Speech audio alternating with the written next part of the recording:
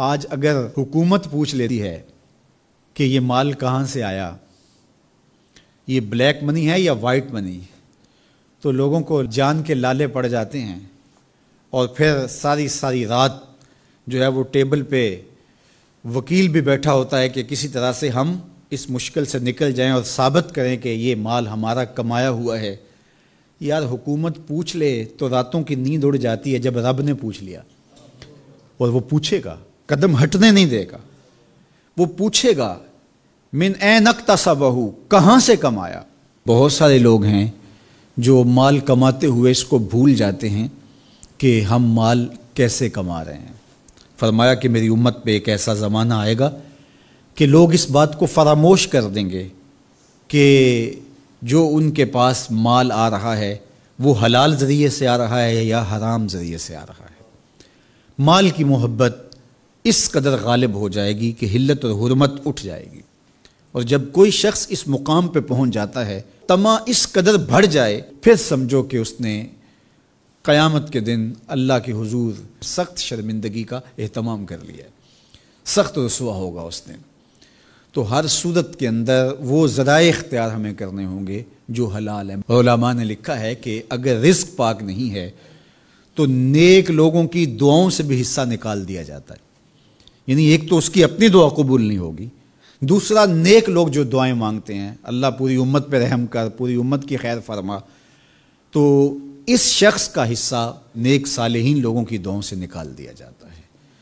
تو قیامت کے دن اللہ اپنے حضور سے بندوں کے قدم ہٹنے نہیں دے گا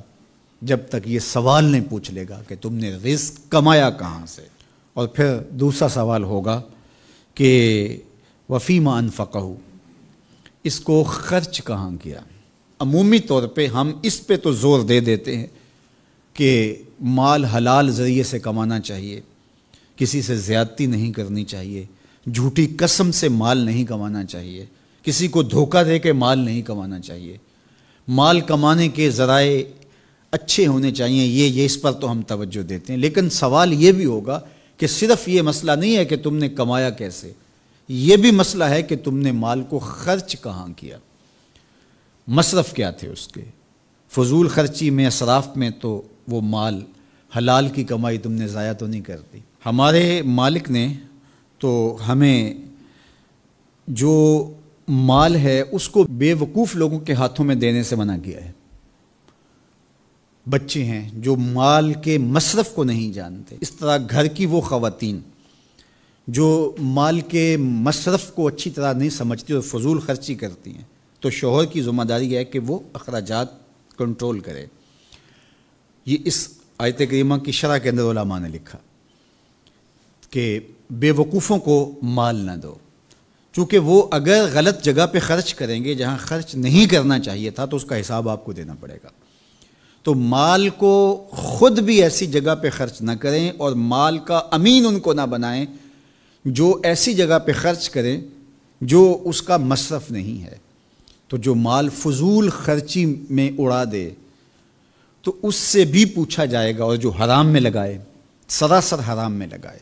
اس مال سے عیش و عشرت کرے، اس مال سے رشوت دے کے کسی کا حق چھینے،